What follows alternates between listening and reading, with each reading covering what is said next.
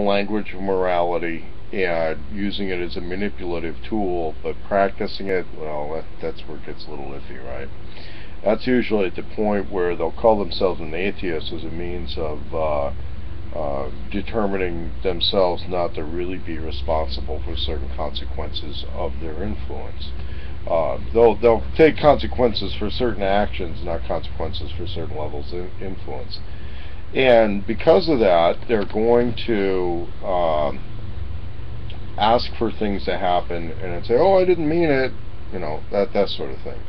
I've seen this with this other media figure that was kind of in my orbit for a little while, and then decided to, cause trouble. And the guy stole from me and then called the police. Now, previous in this guy's stuff, he would run around taunting the police with a bullhorn and trying to pick fights. The guy uploads videos of himself taunting and arguing with, if he sees a Homeland Security thing, he starts trying to interrogate, trying to get him to confess to being responsible for 9/11 or whatever. And that's one of the things that you're going to see out of a Marxist. Now, whether or not this guy who's had this TV show in Portland was a Marxist, I don't know. I think the people running that studio, I think to a large degree, they are. The attorney definitely shows indications of that. And what these people do, they're usually pretty adept at social navigating. Pretty adept at social navigating. They go to school for that, they learn that. And that's where Michael Moore has been proven himself to be pretty adept at social navigating with a couple of videos that got the attention back in the 1990s. Now, since then, he's done some fairly well-funded hit piece type journalism because people thought, okay, well, here's a cool guy, but he's one of those people who always wants to expose or shame somebody in some way, and then I guess maybe because they're ashamed, they're supposed to do what he wants. Well, that's there's a certain pothead mentality that goes with that. And there's only so much manipulation you're going to get out of the world by shaming somebody. So, when he did his Pets Are Meat series, he's following one of the GM corporate guys around, going over the Flint, Michigan stuff, and trying to, say, hey, these people who are in control or having influence should be ashamed of themselves because of what they've done. And he's right on a lot of issues, but a few years ago, he did a long, detailed hit piece against gun culture. Okay, not the gun community, as James Yeager would say, gun community is one thing, gun culture is another.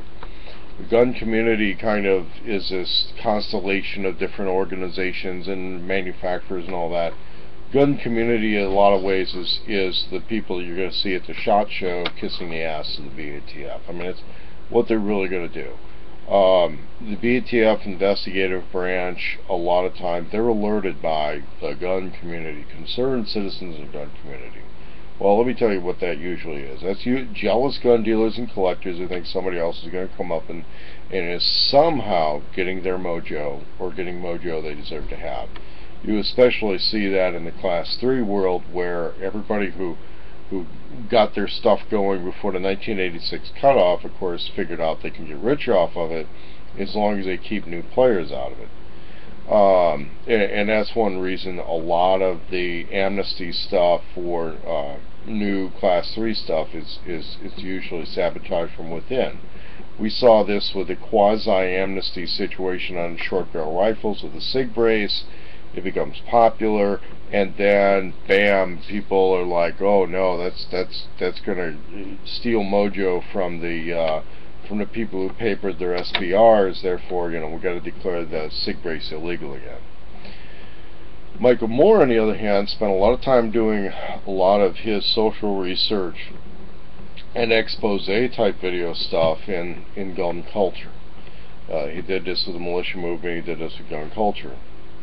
And then he chose to defame and incriminate as many people as he possibly could by through selective editing on the videos, and of course a lot of public speeches, a lot of stuff when he gained his audience in Europe. A lot of these people who had defined themselves as more intelligent or better informed, well, will point toward Michael Moore's work as justification on why gun control should be enacted and guns should be banned, that sort of thing. Well, Michael Moore himself really isn't all that bright. He's really not. He took advantage in the past, especially in the 90s, of publicizing information that other people didn't necessarily have access to, know about, or emphasize. And a lot of that had to do with taking suppressed news or not so important news and making it and putting a spotlight on it. That doesn't require high levels of intelligence. It just requires paying attention in certain directions. And Michael Moore was capable of doing that. But then again, so's any one of a few hundred other video bloggers now that have come up after him, such as a lot of people on YouTube. And so what happened though is we do get a stumble-bum view of how the communist agenda is working toward the United States, especially when you would combine that with looking at how RT Ruffley and RT America and some of these quasi, coming into the mainstream type journalism things go that are foreign-based, because they've wanted to give a soapbox to the certain anti-government things.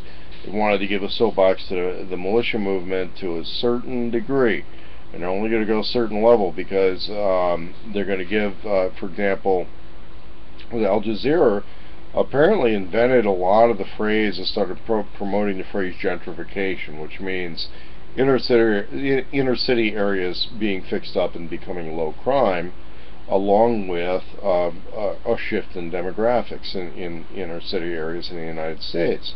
A lot of that's driven by reducing crime and having cheap real estate, affordable living, and accessibility to a lifestyle that some people desire to have. And they talk about that like it's bad news, like it's a bad thing, like somebody needs to do something about it. When you betray the gun culture, you're done calling shots. You're not going to call shots if you betray people. I still have trouble considering anybody with any level of credibility who was in New Orleans in September 2005, who was in law enforcement, and either did nothing about or participated in a door-to-door gun confiscation there. And every once in a while I'll see these guys talking at an NRA convention, talking to Oath Keepers and 3%ers, and I'm like, well, okay, this guy might be saying the right thing, but when he was in that place and he was there at that time, what did this guy do? You got to live down that history. If you were there and you were at that place, you got to live down that history. Michael Moore has absolutely no place calling any shots on any of this stuff. Okay, none. Michael Moore is a shithead. He wants to go and say he's exposing people. He's going to earn people's trust and then do shit to harm and incriminate them. That's how this guy's rolls. Unless maybe you give him weed. I don't know how.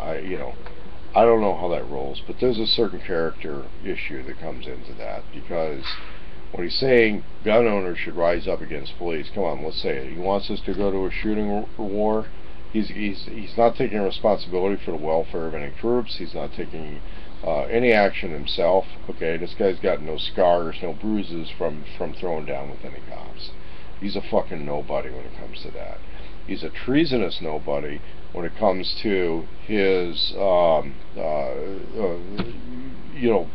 exposés and his documentary stuff, where this guy's done everything he could to attack the gun shows and all of that.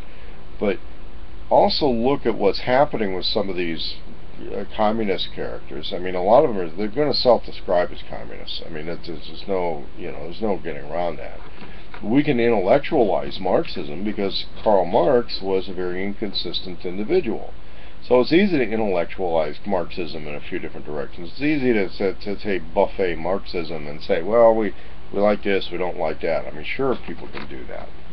And when that's easy to do, as far as implementing it, we don't know.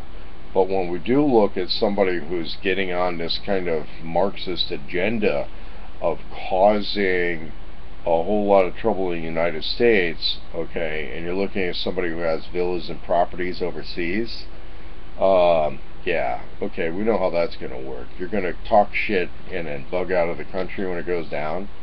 No. No, it doesn't work that way. And that's one of the reasons I've really been pushing for the autonomous zones where good fences make better neighbors.